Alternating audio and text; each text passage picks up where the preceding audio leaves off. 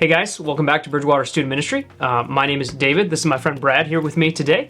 We're continuing our series that we're calling Your Story, where I'm sitting down with a couple of our champions and just talking them through how God has worked in their life, how He's led them to Himself, maybe a portion of their story. It's so encouraging to hear how God works in the lives of others. Sometimes it reminds us of how He's worked in our life. Sometimes that challenges us. Sometimes that encourages us about how He can work in our own life. And so that's what we're doing in this series. And so, this is my friend Brad. He's the champion at the Conklin campus, and he's here today. And so my first question for you, Brad, is what did your involvement in church look like through your school years, through the, growing up? I had a super supportive family, mother, father, and sister, brother. Everybody was one big, nice, tight family. And so we went to church just about every Sunday. It was just that. We went to church on Sunday. As soon as we walked out the doors, it wasn't anything that carried on past the doors of the church.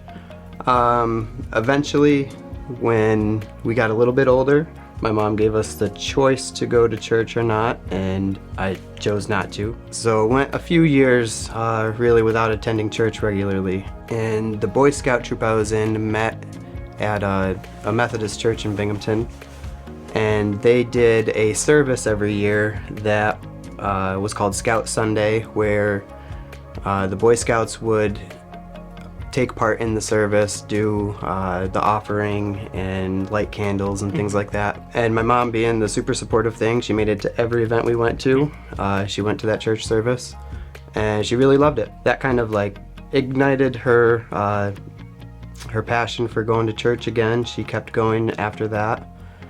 And she had noticed that the youth group was full of kids from my school, and she convinced me to go check that out. I did, and I really enjoyed it because the kids were older than me, and I looked up to them, so it was something that I thought was cool to be part of. Spent a few years in that youth group, and every summer, we would go to a camp in Michigan where at my second year there is when I actually gave my life to Christ.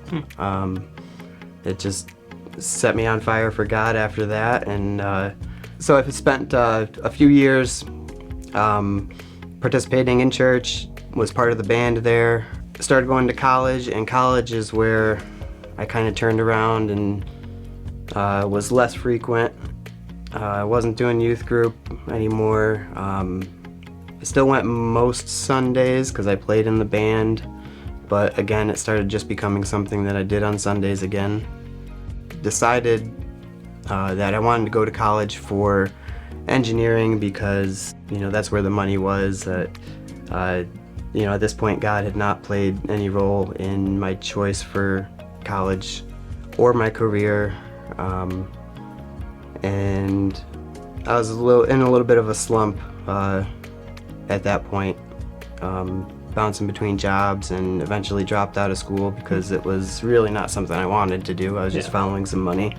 Yeah.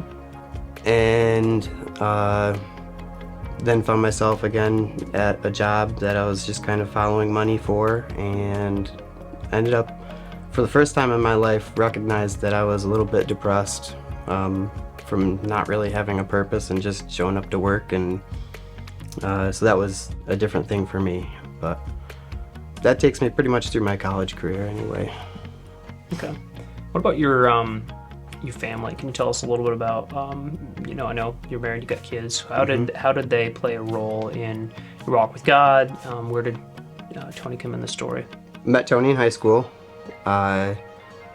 She became one of my friends through marching band. We had some mutual friends. She had kind of grown up with a little bit of a rough home life, and she just got done with a pretty bad breakup herself, and me, at this point, just coming off of being saved at that church camp.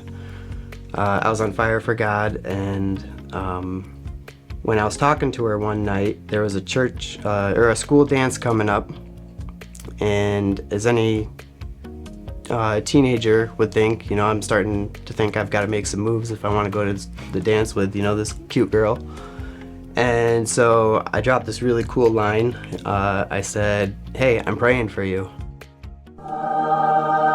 And I sat there for a second. I was like, "Wait a second, no, that wasn't the really cool line that I saw on TV all the time that people were using to get dates with girls." And I didn't know if she had a relationship with God either, so I was getting nervous about what her response was going to be. Fast forward a few years, it turned out great. So it worked. It worked. Okay. Yeah. So that's a lesson you can learn. Apparently that works. Yeah. First of all, pray for everything. But, we ended up getting married. We had 2 kids. We brought our kids to church, and it was more involvement than it had been. And the kids and the wife and my family still going to that church really kept us involved. Still playing the music there. We were really doing great. Everybody was really digging into their relationship with God. Okay. And so how did that transition to something else? So I know that was a different church. And so where did Bridgewater come into the picture, and how did that happen? A couple of years after we had our second kid, Sammy, it was 2020 and COVID hit. And the church that we were part of, it was an older congregation. They had made the decision to close down the kids programs, and we didn't do any singing to stop the spread of the germs and the whole pandemic thing. Yep. So having 2 kids that were younger than 5, that didn't fit our family very well. So a couple different people had suggested that we check out Bridgewater. We stopped by one day with the kids, and like from the first 2 steps in the door, it was like we were at home. It was like we never left our old church. It was like the same thing we had there before COVID all over again, and we just really loved it. Eventually met at one of our don't go to church, be the church days. Overheard somebody talking about their need for a drummer. They led the worship team, and they were short on musicians. They really need a drummer. And so I piped in and ended up earning that spot on the worship team, and just again getting really plugged into our new church at this point. Tony had joined the kids ministry, and she was helping out there.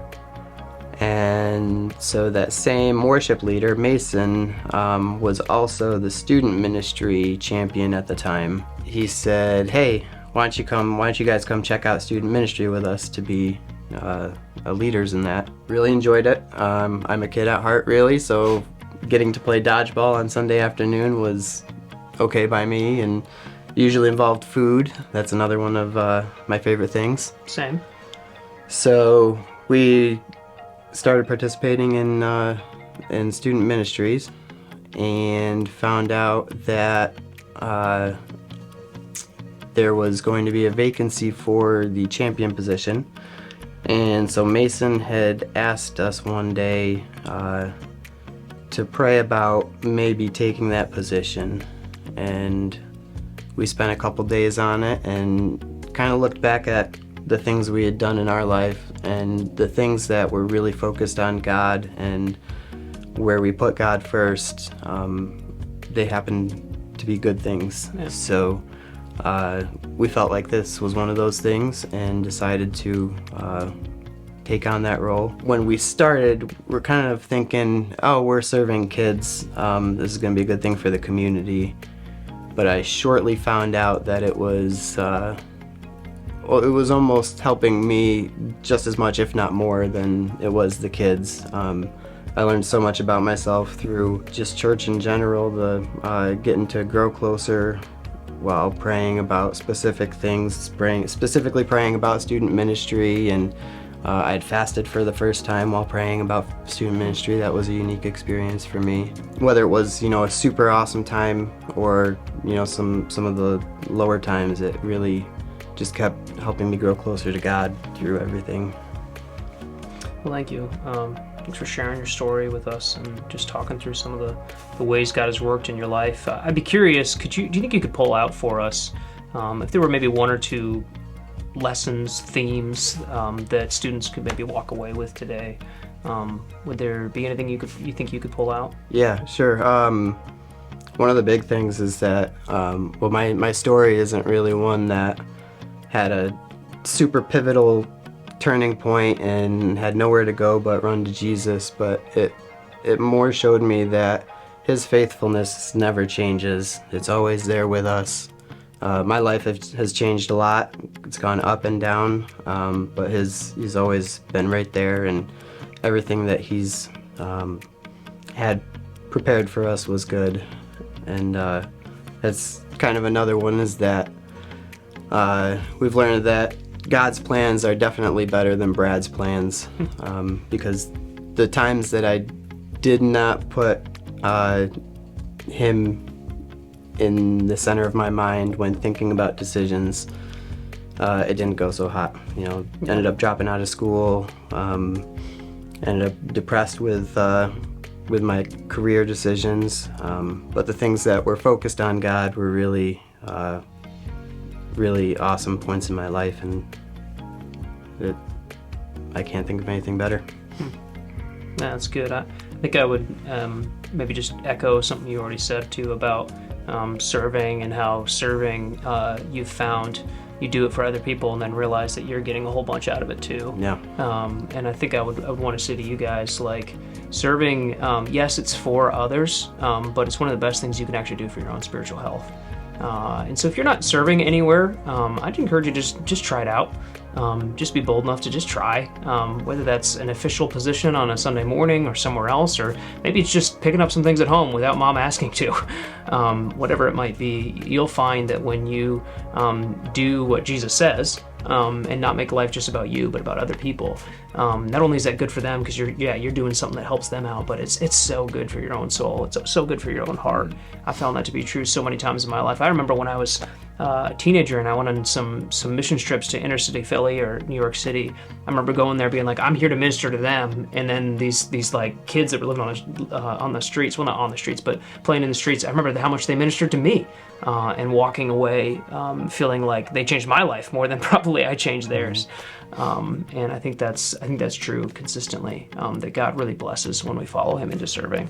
He does some amazing things in our life and in the lives of those we minister to. And so, Brad, I want to thank you again for your willingness to share with us. And guys, we are so thankful that you decided to hang out with us today. I encourage you in your groups to maybe share a bit of your story, or maybe just talk about some of the themes we saw in Brad's story, and how maybe there's a piece of Brad's story that could help you be just a little bit more like Jesus today, or maybe it's beginning that relationship for the very first time. So thanks again for joining us, and we'll see you next time.